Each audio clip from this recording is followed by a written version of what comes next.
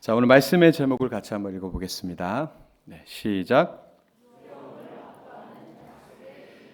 오늘은 신명기 강해의 15번째 시간이고요. 두려움을 압도하는 약속의 힘이라는 제목으로 하나님의 말씀을 함께 나누겠습니다.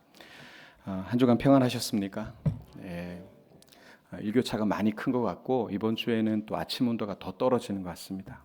환절기에 감기 조심하시고 저도 딱 이때쯤에 비염 때문에 참 고생을 많이 합니다. 그래서 새벽마다 우리 성도님께 사과를 많이 해요. 계속 코를 풀어대가지고 지금 오늘도 1부, 2부 때 계속 코 풀다가 3부 때 지금 괜찮아요.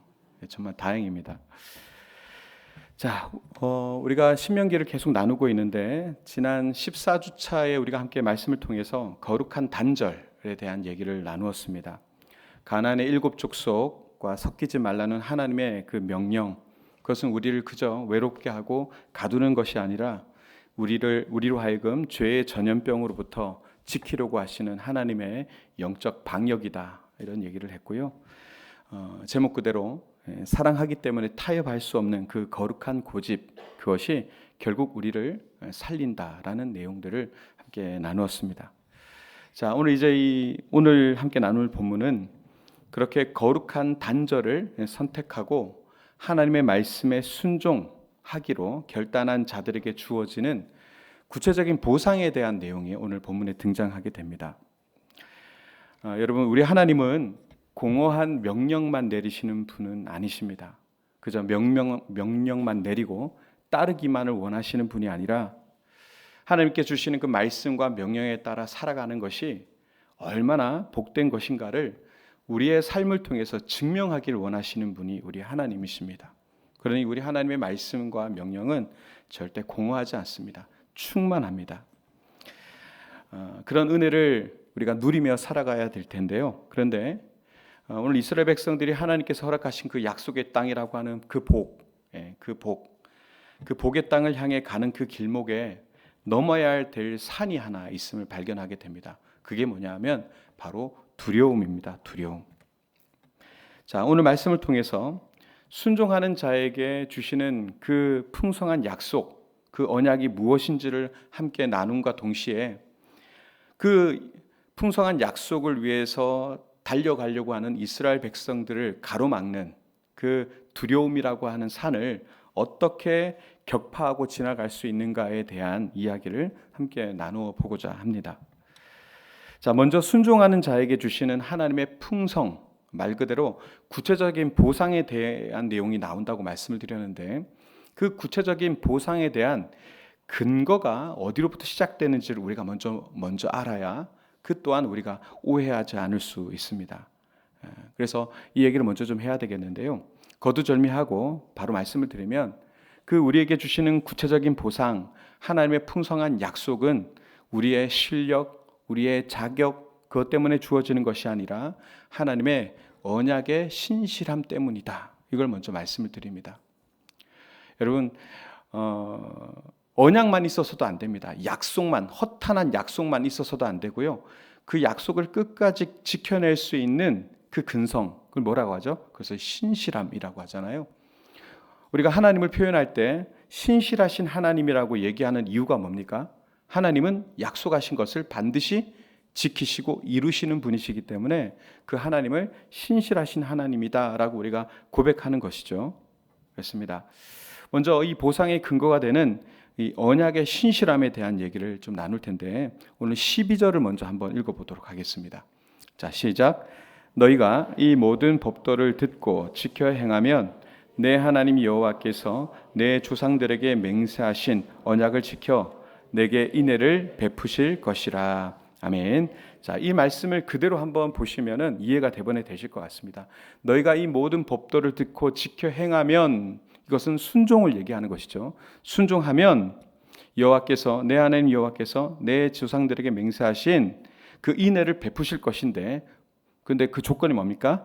언약을 지켜, 맹세하신 언약을 지켜 내게 인애를 베푸실 것이라. 그 인애라는 것은 말 그대로 은혜요, 우리에 대한 아름다운 응답일 것입니다. 우리는 흔히 복을 받기 위해서 순종한다고 생각합니다. 우리가 순종하면 복을 받을 수 있다. 그런데요, 성경의 논리는 좀 다릅니다. 우리가 순종할 때 하나님이 복을 주시는 근거는 우리의 잘남, 우리의 실력, 우리의 공로가 아니라 하나님이 이미 맺으셨던 그 언약, 그리고 언약에 대한 신실함 때문이라는 것을 먼저 말씀을 드렸습니다. 여러분, 우리가 순종을 하잖아요. 순종을 하지만 그 순종은 뭐가 되냐 하면 하나님의 복이 오는 통로가 되는 것입니다. 우리가 순종할지라도 이 언약을 지킬 만한 실력과 신실함이 없다면 그 복은 그 순종이라는 통로를 통해서 우리에게 오지 않을 겁니다. 많은 종교들이 있습니다. 그리고 많은 그런 종교마다의 바이블들이 있죠. 그래서 그들은 시키는 대로 엄청난 고행을 하고 순종을 하지만, 그러나 그것을 그들의 고행과 수고에 합당한, 순종에 합당한 열매를 줄 수 있느냐? 그렇지 못하죠. 우상은 아무런 능력이 없습니다. 그들에게는 어떤 우리에게 보상이나 은혜를 줄 만한 실력도 능력도 없는 아무것도 아닌 것이 우상입니다. 우리가 순종함으로 복을 얻을 수 있다는 것은 그 언약을 지킬 만한, 언약을 하실 수 있고 그 언약을 지킬 만한 하나님이 있다는 것과, 그리고 그 하나님이 우리를 사랑하신다라는 그 근거가 있어야 우리가 그 복을 누린다는 것이죠. 우리 하나님은요, 약속을 지키시는 분이시죠. 우리가 말씀의 자리에 있고 그 말씀에 순종하게 될 때 하나님은 오늘 말씀대로 우리에게 인애를 베푸신다. 인애, 원어적으로는 헤세드, 많이 들으셨을 겁니다. 그 헤세드를 우리의 삶에 흘려보내십니다. 무엇을 통해서? 우리의 순종이라는 통로를 통해서 우리에게 보내시게 됩니다. 그런데 이 하나님께서 우리에게 주시는 복은 아주 구체적이라는 것을 오늘 본문을 통해서 보게 되죠. 아까 읽었던 13절에 보면 말씀처럼 생의 복, 토지 소산의 복, 그리고 가축의 번성, 그리고 질병으로부터의 보호를 약속하신 것을 보게 됩니다. 여러분, 하나님의 그 신실하심을 여러분들 믿습니까? 우리가 살아가면서요, 사람과의 관계 속에서도 신뢰라는 것이 굉장히 중요하고요, 그 신뢰가 주는 기쁨이 분명히 있습니다. 그럼 만약에 어떤 신뢰가 깨졌어요. 그 사람과의 신뢰가 깨졌고 관계가 깨졌는데 그 사람이 저에게 와서 어떤 선물을 줍니다. 그러면 그 선물을 받을 때 기쁠까요? 신뢰가 깨졌는데 갑자기 선물을 준다? 그러면 좀 의심스럽죠. 이걸 왜 주지? 당황스럽고, 또 이걸 어떤 의도로 주는 걸까? 하고 이것에 대한 의구심을 가질 겁니다. 그러니까 선물을 받았는데 기쁘지 않고요, 조금 복잡합니다. 그러나 신뢰가 두터운 관계 속에서는요, 지금 당장 무언가를 주지 않더라도 나와의 어떤 작은 약속을 했어요. 야, 너 무슨 일 있으면 나한테 분명히 연락해. 내가 너 도와줄게. 실제로 준 건 없지만 그 약속을 같이 했어요. 그리고 두 사람이 신뢰 관계에 있어요. 그러면은 그 속에서 삶을 지탱해주는 힘이 생긴다는 걸 느끼게 되죠. 자, 여러분들과 하나님의 그 신뢰 관계는 어떠한지 한번 물어보고 싶습니다. 하나님과의 신뢰 관계를 잘 쌓고 있습니까? 이걸 다른 말로 하나님과의 인격적 관계를 잘 만들어가고 있습니까? 하나님이 주시는 보상에 대해서만 눈독 들이고 순종하면 주시니까 그래, 순종해야지. 여러분, 순종하면 복을 주신다, 그래서 원하신 것을 한다, 그러면 이것은 인격적 관계라고 하기 어렵죠. 그것은 이해 관계가 되죠. give and take, 이해관계라고 할 것입니다. 그러나 그 계산적인 신앙을 넘어서서 하나님 앞에 그 말씀을 지키고, 나도 하나님을 사랑하고 하나님을 신뢰하고 하나님도 나를 사랑하고 나를 신뢰하는, 서로 간의 어떤 인격적 그 신뢰를 쌓아가는 인격적 신앙을 우리가 만들어 간다면, 여러분, 하나님께서요, 우리에게 주시는 그 복이 딱 받았을 때, 이거 있어서 내가 이제 앞으로 편안하겠구나, 이런 즐거움도 있겠지만, 그러나 그것을 받아두는 순간 이 복을 주심에 대해서 하나님이 나를 사랑하시는구나, 하나님이 나와 함께 하시는구나, 하나님이 실제적으로 나의 능력이 되시는구나 라는 것을 기뻐하고 그 사랑을 확증하는 그런 놀라움을 경험하게 되지 않겠습니까? 그러니 우리는 하나님과의 신뢰관계를 잘 쌓아가야 됩니다. 자, 금방 우리가 약속을 반드시 이행하시는 하나님의 신실하심과 그 앞에서의 우리의 그 관계에 대한 얘기를 했는데요. 그런데 그 하나님의 그 화려한 약속을 가로막는 장애물이 하나 있다고 서두에 말씀드렸습니다. 그게 뭐라고요? 두려움이라고 하는 그런 산이 늘 앞에 있다고 말씀드렸죠.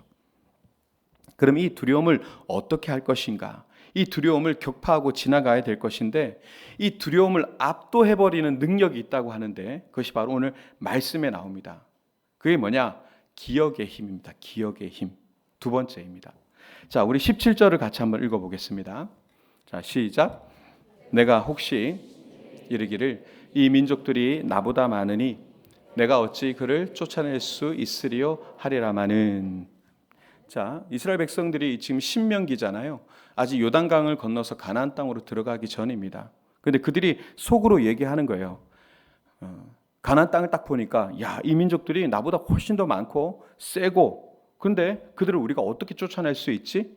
그렇게 생각할 거다라고 이제 말씀하는 겁니다.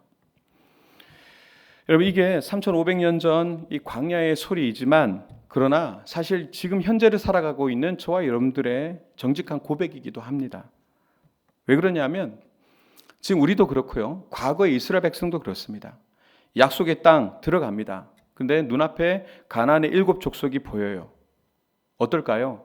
그들은 머리 하나가 클 정도로 거구이고요. 이미 철기 문화를 경험해서 어떤 연장이라든가 무기라든가 이런 것들이 발전돼 있고 이스라엘 백성들은 40년 동안 광야를 빙글빙글 돌다가 온 그런 유목민들이지 않습니까? 문명을 경험할 그런 이유가 없지만 이스라엘 백성들은 그 가나안의 거민들은 이미 문명 속에서 농경 사회를 형성하고 있고 자식들을 낳아서 많은 그런 세력을 형성하고 있고 이미 그들의 근성 속에는 호전적인 전쟁을 많이 경험하여 호전적인 사람들이었기 때문에 이스라엘 백성들이 보기에는 도저히 감당할 수 없는 이길 수 없는 존재처럼 느껴졌을 것입니다. 여러분 그렇다면 그들의 믿음이 어떻게 될까요? 우리 또한 마찬가지죠. 우리가 교회에 나오고 또 하나님을 믿는 하나님의 백성이고 나름 믿음이 있다고 하지만 당장 내 앞에 갑작스럽게 다가온 어떤 질병이라든가 돈의 문제라든가 궁핍, 빚독촉 여러 가지 관계의 그런 어그러짐 때문에 그것들이 다가올 때는요. 여러분 그 다른 게 안 보이죠. 그것밖에 안 보입니다. 그것에 휩싸여서 우리는 전체가 마비되어지는 겁니다. 영적인 마비가 그 순간 다가오게 되죠. 기도를 먼저 해야 되겠다는 생각도 잊어버리게 되고 기도할 능력도 사라지게 되는 우리의 모습을 보게 되죠. 그래서 이 두려움이라는 것은 우리의 영적 기능을 마비시키는 독소와도 같습니다. 근데 이때 하나님은 우리 인생의 판을 뒤집을 수 있는 놀라운 해결책을 제시하시는데 그것이 바로 18절의 말씀입니다. 18절을 같이 한번 읽어보겠습니다. 자, 시작. 그들을 두려워하지 말고 내 하나님 여호와께서 바로와 온 애굽에 행하신 것을 잘 기억하되. 아멘. 자, 거두절미하고 이 문장에서 가장 핵심이 뭡니까? 기억하되. 그들을 저렇게 많은데 우리가 어떻게 할 수 있을까? 쫓아낼 수 있을까? 그렇게 두려워하지 말고 내 하나님 여호와께서 바로와 온 애굽에 행하신 것을 잘 기억하라. 이렇게 얘기합니다. 하나님께서는요, 지금 두려워하는 이스라엘 백성들에게 야 힘내라, 할 수 있다, you can do it 그렇게 막연한 그런 긍정의 그런 힘을 말씀하지 않고요, 아주 구체적인 명령을 내리시는데 바로 뭐냐? 기억하라라는 것입니다. 여러분 기억하니까 여러분 지난주 또 지지난주 말씀 기억나십니까? 쉐마, 그 외에 망각에 대한 얘기했죠. 진리라는 게 뭡니까? 알레세이아 기억나세요? 헬라어로 알레세이아, 망각하지 않는 것, 그것이 진리라고 그랬습니다. 그 진리라고 하는 단어가 알레세이아인데 그것이 망각을 멀리하는 것, 망각을 떠나보내는 것. 하나님이 내게 행하신 일들을 잊어버리지 않고 그것을 간직하고 살아가는 그 삶이 진리 안에 거하는 삶이다 라고 말씀을 드렸습니다. 기억하라, 진리 안에 거하라, 이 말씀이죠. 여러분 그렇습니다. 우리의 신앙에 있어서 이 기억이라는 것은 너무너무 중요합니다. 근데 여기서요, 우리는 신앙의 아주 중요한 삼각 원리를 발견할 수 있는데 그게 뭐냐 하면 우리의 시력이 있다면 우리의 기억이 있어야 되고 그것이 우리의 실력이 된다라는 것을 우리가 알 수 있어야 됩니다. 자, 시력과 그다음에 기억과 실력이라고 하는 단어를 한번 생각해 보십시오. 여러분, 우리의 신앙은요, 결코 시력 싸움이 아닙니다. 우리는요, 우리의 시력, 우리가 보여지는 상황에 늘 사실은요, 압도당할 때가 많습니다. 내가 아무리 잘나고 가진 게 많아도요, 눈에 들어오는 건 뭡니까? 더 크고 더 좋은 것, 그것들이 들어오게 됩니다. 그것을 보게 되면 우리 안에 어떤 것들이 다가오게 되죠? 자, 막상 저 앞에 철병거가 있어요. 여리고와 같은 성이 있어요. 그러면 결론적으로 어떻게 됩니까? 우리는 절대 무너뜨릴 수 없어. 우리는 메뚜기 떼와 같아. 내가 부족하지 않음에도 불구하고 항상 사람들은 더 좋은 것, 더 많이 가진 사람들을 보면서 나는 왜 이것밖에 안 될까? 나는 왜 이 모양일까? 그렇게 열등감에 빠지게 됩니다. 결국 메뚜기와 같은 메뚜기 열등감을 가지게 되는 거죠. 여러분, 눈에 보이는 것이 전부라고 믿는 순간 어떻게 됩니까? 우리는요, 가나안 7 족속의 포로가 되어버립니다. 이스라엘 백성들이 하나님께서 가나안 땅으로 보내실 때 이렇게 말씀하셨어요. 내가 너희들에게 준 땅 완료형입니다. 이미 하나님께서 그들에게 주셨어요. 주었다라는 것은 이스라엘 백성들이 그 땅의 주도권을 가지고 있다는 것이고요, 지배자로서 보냈다라는 것입니다. 그런데 사사기 역사를 보시면 아시겠지만 이스라엘 백성들이 그 땅에 들어가서요, 점점 시력만 나타나게 되고 안에 있는 영적인 것들은 보지 못하게 됩니다. 하나님을 바라보지 못하고 환경만 바라보게 되니까 그들의 철병거, 그들이 가지고 있는 모든 좋아 보이는 문명들, 그리고 그들이 섬기는 바알과 아사라를 보면서 그게 더 좋아 보였던 거예요. 그러니까 그것에 자꾸 넘어가게 되죠. 그래서 나중에는 어떻게 됩니까? 이스라엘 백성들이 가나안 땅의 지배자가 아니라 그들에게 지배를 당하는 꼴이 되어버립니다. 그래서 400년 사사기 역사상 계속해서 그 땅에 있는 거류민들에게 압제를 당하게 되고 괴롭힘을 당하게 되는 피지배층의 모습으로 살아가는 그런 모습이 됩니다. 여러분, 육신의 시력, 보이는 것, 그런데요, 그거를 전부라고 생각하거나 믿지 마십시오. 보이는 상황이 진실, 팩트일지 몰라도 그것이 진리는 될 수 없습니다. 우리는 진리 안에 거해야 되잖아요. 진리의 사람들입니다. 그래서 신앙은요, 시력의 싸움이 아니라 무엇의 싸움이다? 기억의 싸움이다. 한번 따라할까요? 신앙은 시력의 싸움이 아니라 기억의 싸움이다. 예, 그렇습니다. 우리가 내 앞에 나타나는 상황에 크게 압도당하게 될 때 우리가 할 일은요, 이 시력을 의지하는 것이 아니라 기억을 소환하는 겁니다. 기억을 소환하는 것. 이어지는 19절 말씀에도 이렇게 되어 있습니다. 내가 본 이적과 네가 보았던 이적과 기사와 강한 손을 기억하라. 기억하라.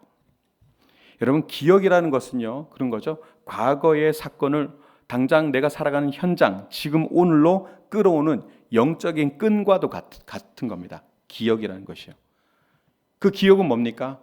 홍해를 가르시고, 그리고 이집트의 군사를 그 바다 밑에 수장하시고, 광야에서 아무것도 생산되지 않은 곳에서 만나를 나게 하셔서 그들을 먹이셨던 하나님, 도저히 일어날 수 없을 것 같았, 도저히 다시 회복되거나 일어날 수 없을 것만 같았던 그 절망의 끝에서 나를 건져 올리셨던 그 하나님의 손때 묻은 그 은혜, 그것을 기억해내라라는 것이죠.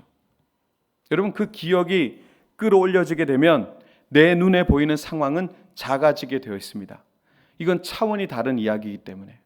여러분, 비행기를 타고요, 점점 올라가면 어떤 현상이 일어납니까?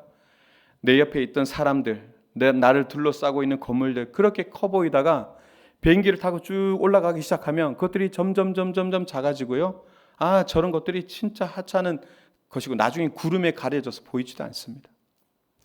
높은 차원의 영적 시야를 얻기 시작하면 내 눈의 육으로 보이는 이 시력의 실력은 아무것도 아님을 우리가 깨닫게 되는 거죠. 여러분, 기억이 곧 신앙의 실력입니다.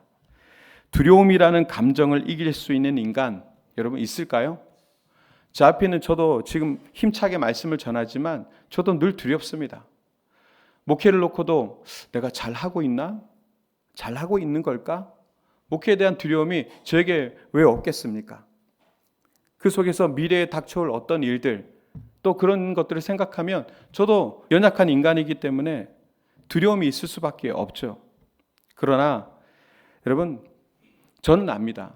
기억을 의지할 수 있는 자유가 나에게 있다는 사실을 저는 압니다. 저 지금까지 여기 오면서 두려움으로 왔습니다. 처음에 철부지 같고 아무 능력도 없고 그런 사람을 하나님께서 부르셨을 때 저는 하나님 참 대책도 없으십니다. 저 같은 사람을 왜 부르셨을까요? 그리고 늘 가져왔던 그 두려움이 있었습니다. 근데 그 두려움을 뒤로하고 하나님이 저를 그렇게 사용하셨고 또 이 자리까지 세우셨어요. 저는 그냥 하나님이 하셨다라고 얘기할 수밖에 없는 인생입니다. 근데 그 기억이 저한테는 힘이 돼요. 오늘도 두렵고 내일도 두려움이 저에게 있을 것이지만 그런데 늘 두렵고 두려워하는 연약한 저임에도 불구하고 하나님께서 그렇게 저를 통해서 일하시고 여태까지 그렇게 오셨거든요. 그래서 그렇게 일하시는 하나님, 연약한 자를 들어쓰시는 하나님을 제가 기억하기 때문에 오늘도 이 자리에 설 수 있는 것이죠. 여러분, 기억이라는 의지를 사용할 수 있는 성도는요, 늘 승리할 줄로 믿습니다.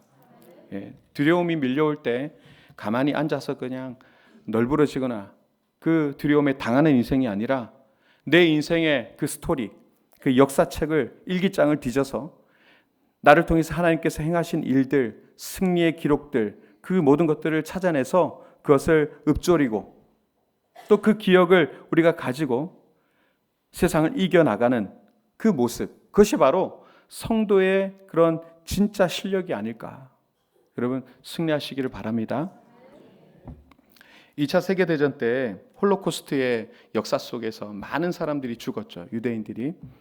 근데 그 강제 수용소에서 많은 사람들이 이제 구출해냈지만 그 인물 중에 한 사람 중에 빅터 프랭클이라는 사람이 있습니다. 이 사람이 남긴 이야기가 되게 인상적이었어요. 이런 말입니다. 인간에게서 모든 것을 빼앗아 갈 수는 있어도 단 한 가지 자유, 즉 어떤 상황에 놓이더라도 자신의 태도를 결정할 수 있는 자유만은 빼앗을 수 없다. 이런 얘기를 했습니다. 자, 그 강제 수용소에 끌려가서 할 수 있는 게 뭐가 있습니까? 빨가벗겨 놓고요, 온갖 모욕을 주고 그리고 사람 취급하지 않았습니다. 모든 것을 옥죄어 왔습니다. 그런데 한 가지는 어쩔 수 없더라는 겁니다. 즉 어떤 상황 속에서라도 내 자신의 태도는 내가 결정할 거라는 얘기입니다. 여러분, 성도에게 있어서 이 태도의 자유는 뭘까요? 바로 기억의 자유입니다. 육체는 가둘 수 있죠. 이것저것 여러 가지 얽매일 수 있죠. 그러나 나는 내게 주셨던 말씀과 또 그 말씀에 순종하여 내가 나아갈 때 나에게 주셨던 그 구원의 역사를 나는 기억하고 있어. 나는 그것을 기억하고 나는 오늘 소망을 가지고 그렇게 살아갈 거야 라고 결단하는 그 마음은 어떻게든 건드릴 수 없다라는 거죠. 상황에 압도당하는 자는요, 시력에 의존하는 자일 수밖에 없을 것이고 상황을 압도하는 자는 기억을 붙드는 자일 수밖에 없을 것입니다. 하나님의 말씀이, 하나님의 그 신실하심이, 하나님이 너와 함께 하겠다라고 하는 그 약속이 여러분들의 기억 속에 남아 있다면 지금의 여러분들을 애워싸고 있는 많은 어려움들과 괴로움과 또 힘겨움 속에 계시더라도 그 태도가 무너지지 않을 수 있기를 바라고요. 그 태도를 통해서 여러분 승리하실 수 있기를 바랍니다. 여러분들 오늘도 옥죄고 있는 가나안의 7 족속들, 각자 여러분들에게 가나안의 7 족속들이 있을 거라고 봅니다. 그 문제의 크기를 이리저리 재고 달아보느라 여러분 시력의 낭비를 하지 마시기 바랍니다. 대신에 여러분들의 과거 속에 새겨진 하나님의 그 흔적들을 꺼내보시면 좋겠습니다.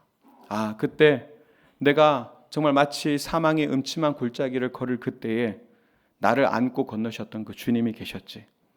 지금의 이 가나안 땅에서도 동일하게 역사할 거야. 하나님은 나를 버리지 않아. 나와 함께 하셔. 이런 거룩한 기억, 이 기억의 실력이 여러분들의 그 두려움, 눈에 보이는 시력 때문에 다가온 그 두려움을 압도할 수 있는 그 능력이 될 줄로 믿습니다. 승리의 주인공들이 되시길 바랍니다. 자, 근데 하나님은요, 이 가나안 족속을 쫓아내시는 그 두려움을 이기고 그 가나안 족속을 쫓아내실 때에 근데 독특한 방식을 우리에게 가르쳐 주십니다. 그것이 22절에 나와 있는데요. 그것이 바로 조금씩이라는 방식입니다. 이게 세 번째 대지인데 하나님의 승리의 방식은 한꺼번에가 아니라 조금씩이다. 자, 22절을 같이 한번 읽어보겠습니다. 자, 시작.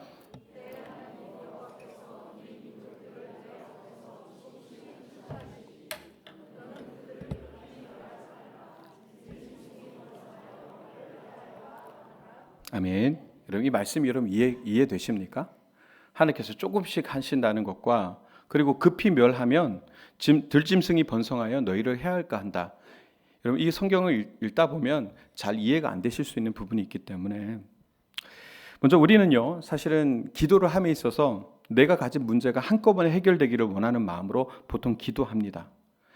모든 고난이 그냥 확 사라지기를 원합니다. 그런데요 하나님은요 오늘 뭐라고 하십니까? 조금씩 그렇게 말씀하세요. 왜 그럴까요? 오늘 말씀에 빗대자면 급히 멸하면 들짐승이 번성하여 이스라엘을 해칠까 염려하셨다 이렇게 나옵니다. 자, 이 부분을 여러분들에게 조금 이해를 시켜드리겠습니다.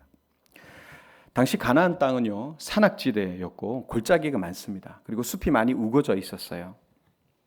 자, 그런 지형 속에서 가나안 7 족속이 나름 거기서 이제 삶을 살고 있었는데 이 가나안 7 족속이라는 것이 아시다시피 하나님 앞에서의 심판의 대상이었습니다. 온갖 우상들을 섬기고 악이 관영했기 때문에 그들을 심판해야 됐지만 그런데요 나름 그 땅에 정착해서 그 땅을 관리하고 또 농사를 지으면서 이 생태계의 균형을 유지하고 있었던 이들이기도 했습니다. 근데 만약에 하나님께서요 이들을 급히 그냥 한 방에 다 전멸시켜 버리면 사실상 어떤 문제가 생기겠습니까? 인구가 그렇게 많지 않은 이스라엘 백성들이 그 땅에 들어왔을 때 그 가나안 전역에 다 퍼져서 그 땅을 경영할 수 있는 능력이 지금은 없단 말이에요. 그러니까 관리 자체가 불가능한 상태입니다. 만약에 그들을 한 방에 다 물리쳐서 도륙을 해버리고 온갖 곳에 막 시차들이 널브러져 있고 이렇게 된다면 어떻게 될까요? 그들이 살아가는 삶의 터들, 빈집이 늘어나게 될 것이고 농사 짓던 땅들이 다 황폐화될 것이고 그리고 나면 그곳에 뭐가 들어오게 될까요? 그 당시에 여전히 존재하고 있었던 많은 그런 들짐승들, 사자와 곰과 늑대와 같은 그런 맹수들이 그곳을 가득히 메우게 될 것입니다. 결국 이스라엘 백성들이 가나안 땅에 들어가서 사람과의 전쟁을 끝낸 이후에 바로 2차에 어떤 전쟁을 해야 됩니까? 더 통제하기 어려운 짐승들과의 전쟁을 치러야 되는 그런 상황을 맞게 되는 것이죠. 하나님은요 이스라엘이 감당할 수 있는 수준에 맞춰서 땅을 그들에게 허락하신 것입니다.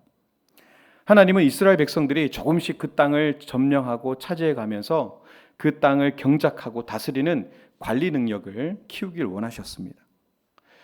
여러분 준비되지 않은 사람에게 갑자기 많은 풍요, 과도한 풍요가 부여되게 되면 어떻게 될까요?